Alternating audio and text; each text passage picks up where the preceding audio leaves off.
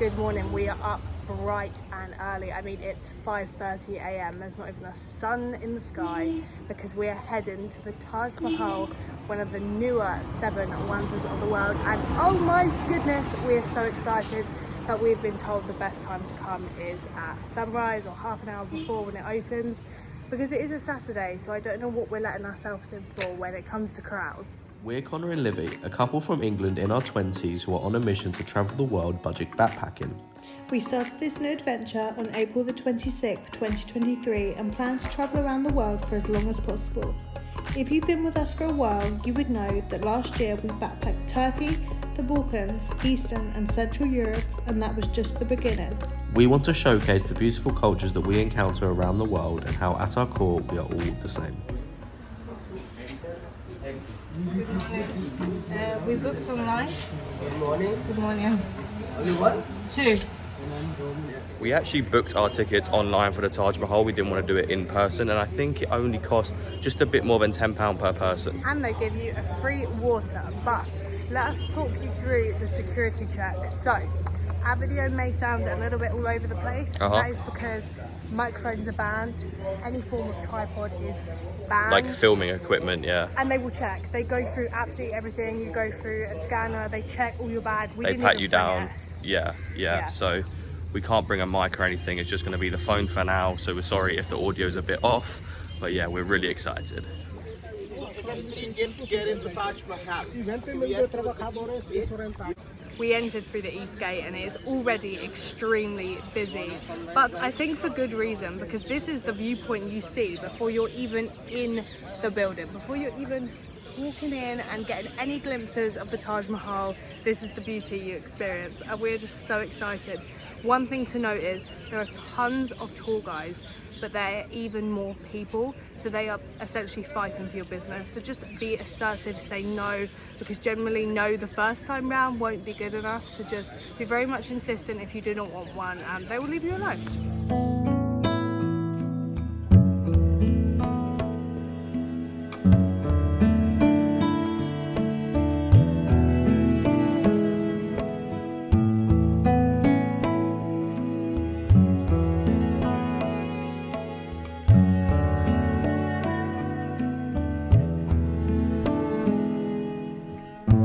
I don't know if the camera picked it up and gave it any justice that it deserved. That as you walk through, my favourite thing is the optical illusion, because it starts off really small as you're coming through the building, and then gradually as more of the ground come into light, it looks even more smaller, which makes it look even more spectacular. But I'm not even sure, as I said, the camera done it any justice. I wish I could just capture this with my eyes.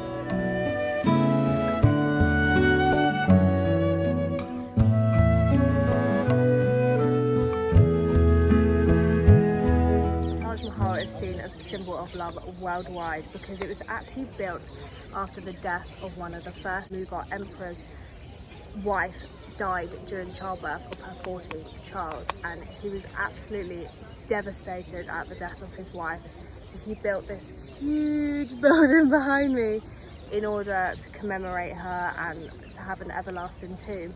And it's also very significant because it's the first time a woman has ever been buried like in a tomb like this. It's normally just for men, so it's also the sign of like status quo and how she was kind of regarded on the same level as other men. I'm not quite sure if the camera can pick it up, but the 4 turrets built around the Taj Mahal are actually wonky. They're not straight, and that's because if there was to be an earthquake that hits India and affects the ground of the Taj Mahal, if the turrets were to fall down, it won't actually fall on the building itself, which is very clever. I'm glad that the people building this were thinking that far ahead, because we don't think about things like that now, so they were definitely smart for their time period.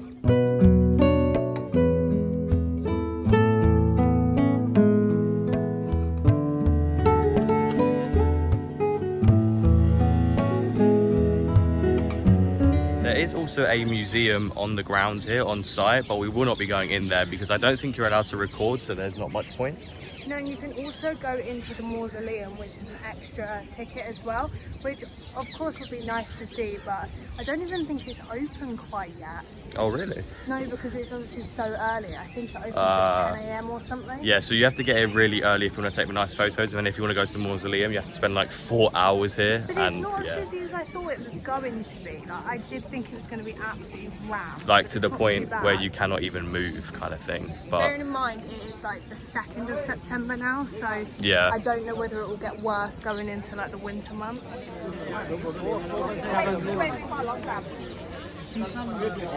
These benches are the #1 picture spot, partially because Princess Diana was pictured on one of them when she came and visited the Taj Mahal. And I know for a fact both mine and Connor's mum have been like, get a photo there, get a photo there, you'll be like Princess Diana. So I can just imagine every mum like across the world is feeling the same.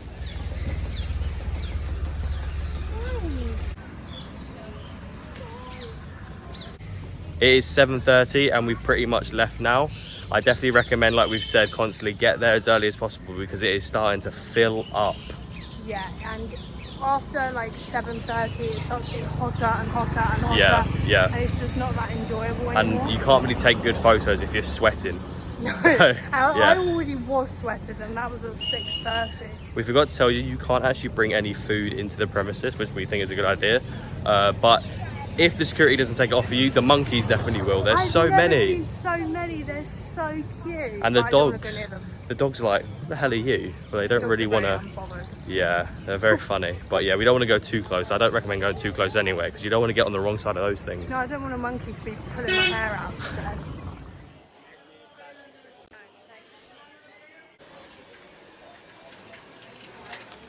Okay, so after visiting the Taj Mahal, we went back to our apartments, hence why the audio is better, because we went to grab our mics. We then went for a little nap, because we were absolutely knackered. We had to get up at 4:30 in the morning, and now it's breakfast time. So, check this out. We've got a special thali. I cannot wait to dig into this. We've got all the dals here. We have a chapati, a papadum, some rice, and to some people this isn't breakfast. To me, this isn't breakfast. I'm still getting used to it, but trust me, it is very, very filling. And for this, £2.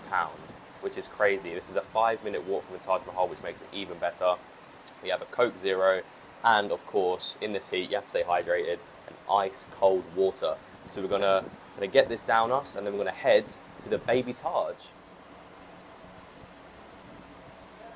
Good food, like always, but it's time to head to the Baby Taj. And we're in a tuk-tuk, which is pretty much a golf cart, and we have not seen anywhere else. And it's definitely a safety risk, but makes for an exciting journey. And it makes for a cheaper journey as well. Cheaper journey, exactly. Again, always check on the Uber app. It said for us it was 90 rupees to get there, which is 5 kilometers. And that's about right. They were trying to charge 200.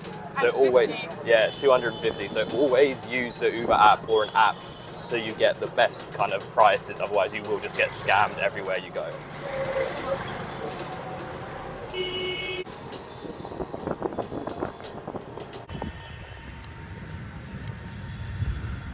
To the mausoleum of Imad al-Dullah.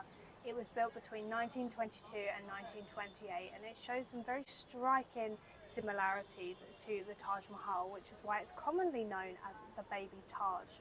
It was commissioned to be built by the wife of the 4th Mughal emperor for her father, and it is also a very, very important piece of architecture because it shows the second stage of the Mughal architecture. So you've also got other buildings here, which is like the red sandstone buildings that you're going to find in like the Red Fort and the Humayun's tomb, and then you've got the second stage of the architecture, which is the white marble buildings, which you're also going to see on the Taj Mahal. I definitely do recommend coming here because the prices are fairly decent. It's 250 rupees per person, that's if you book online. Otherwise it's 300 if you want to book here, so make sure you book online in advance. It's also, obviously the Taj Mahal was so busy. Here it's not busy at all. It's very peaceful and you can get some really good pictures, whereas the Taj Mahal you're fighting everyone to get the good spots, so it's really nice here and really relaxing. You have to pay an extra 10 rupees per person when you come in for tax, I'm pretty sure. So I'm not quite sure what that is about. And then if you want to go into the building itself, you have to pay 50 rupees for some feet covering. But I definitely recommend coming here. You can get some really nice pictures and it's very cool.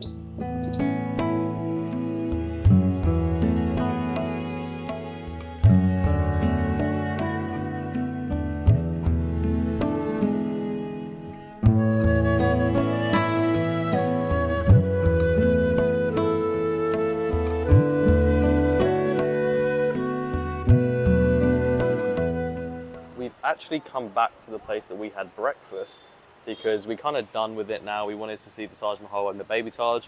We're aware in Agra you can also see Agra Fort and a few other things. But we are leaving today, so we didn't have a lot of time and we do need to rest up. And as we saw the Red Fort already in New Delhi, we just thought we'd give it a miss. I know they are different, but we don't have a lot of time, so we thought we'd miss it. But check this view out. I have my masala chai. Olivia has a iced latte. And right there is the Taj Mahal.